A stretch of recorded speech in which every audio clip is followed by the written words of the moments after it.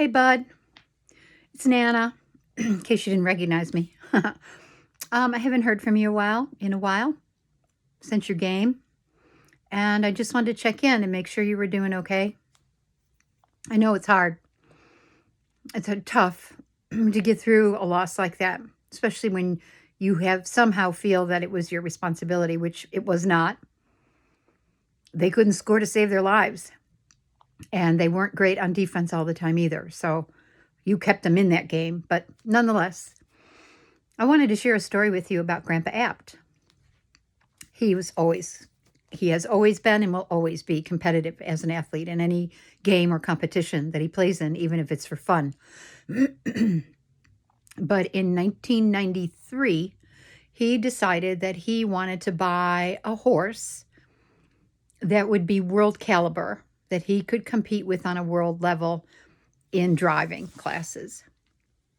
So we looked around, and he found a horse that he liked that belonged to the Kohler Plumbing Company.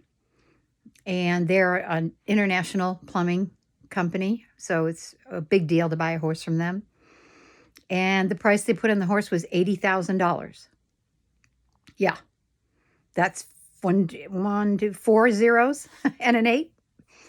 And we bought him. We bought him over the phone. We'd seen him and talked to people about him, and Grandpa knew he wanted him. So we bought him over the phone with the agreement that when we got out to Oklahoma that year for the World Championships, we would give Kohler the check and we would take the horse home from the World Championships.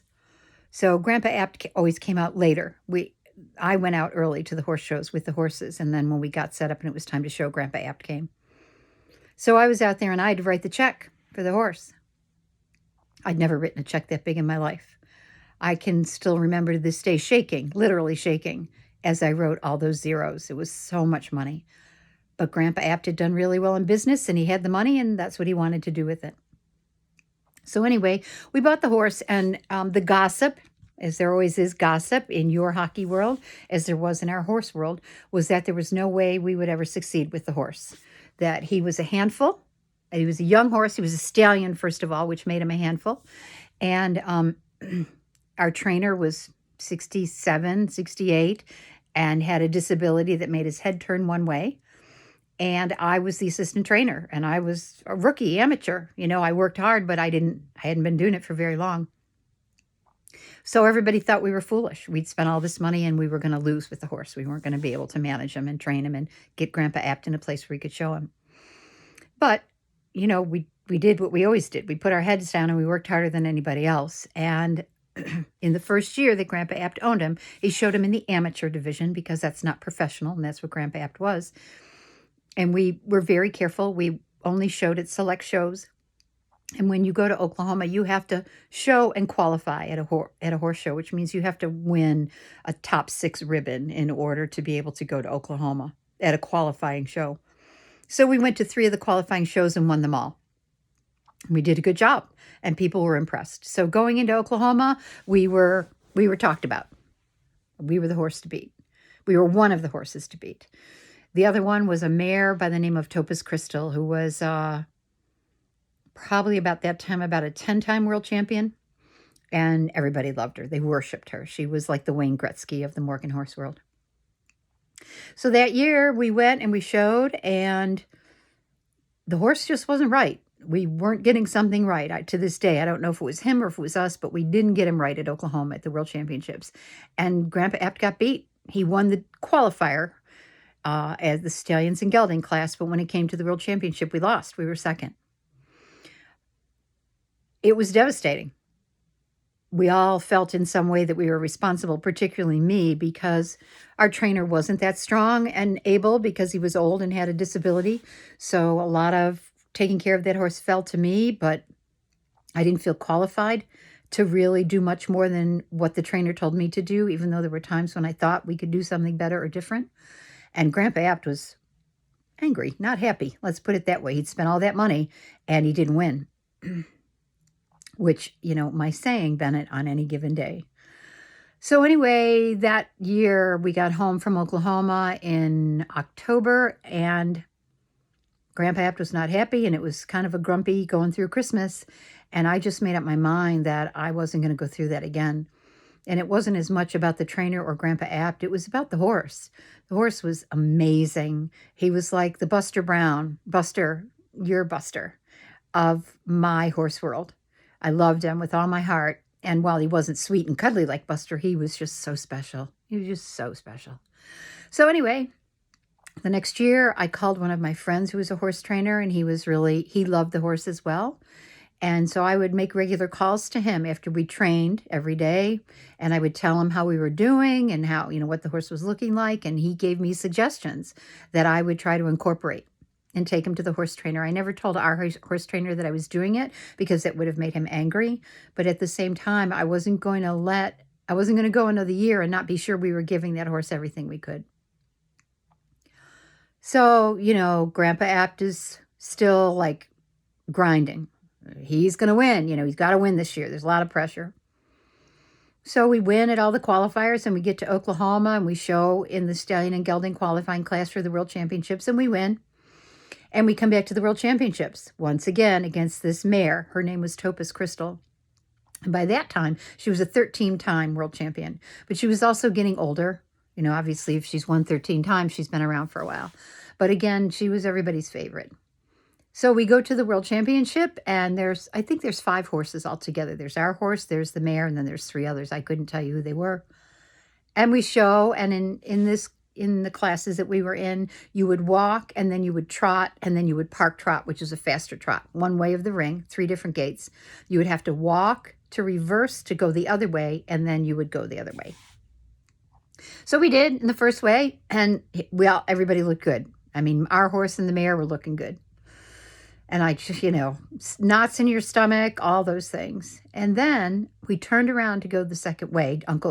Grandpa Apt was showing. He turns the horse around to go the second way. And our horse, his name was HVK Courageous Flair. We called him B-Bob. B-Bob comes out of the turn at the end of the circle, at the end of the ring.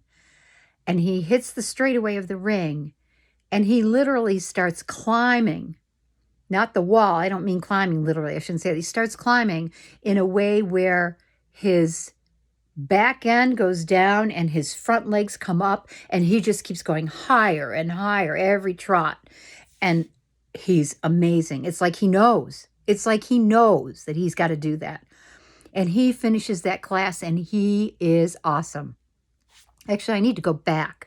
We went both ways of the class. They lined up the 5 horses, and they put our horse and the mare back to work on the rail again because they couldn't decide which one should win. So then when we do the work off and we go the second way, our horse just knows this is it. You got to win. And he's amazing. And the place is going nuts, and people are yelling and cheering, and we win. Hooray, right? Awesome.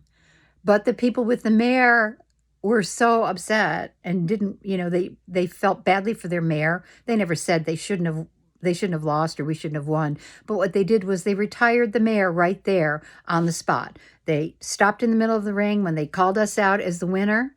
They called her out. She got her ribbon, and then they pulled her into the middle, and they took off her buggy, and they took off her harness, and they retired her right there on the spot, saying she would never show again, which is illegal in our horse world, but they did it anyway, and nothing bad happened. So the point of the story is, when that horse got beat that first year we had him, it was devastating. It was Grandpa Apt was mad. I don't know what the trainer was. I stopped talking to both of them because they were both so grumpy about it. But I was heartbroken because we didn't get it done, because he deserved better than that. I let him down. And, that my next year of my life was all about it. But it took some time. It took some time to be able to feel like I wanted to do it again. So I understand some about how you feel right now, and that you might feel, I don't know, we haven't talked, that it was your fault that your team lost. But it wasn't. It takes a team. That's why they call it your hockey team. It wasn't you. It wasn't your forwards. It wasn't your defensemen. It was all of you together. They couldn't score. They could not score despite many chances. And without a score, what are you going to do, right? So I just hope that you can hear the story about our horse and Grandpa Apt and know that, I'm talking about a national level, international level. Really, horses competed from around the world at our world championships. So I know what it feels like. I know it can take a little while, but you will feel better. And you will eventually be able to see that it wasn't your fault. And I know that I saw a lot of your teammates came up to you after and gave you huge hugs. And if there are some kids who are blaming you, then you know what? They don't have they don't know the first thing about teams. Team is everybody together. That's why it's so hard if a team fights, if you don't get along. Because if you can't get along as a team, you're not going to win. You can't point a finger at somebody when somebody has a bad day. Stuff happens.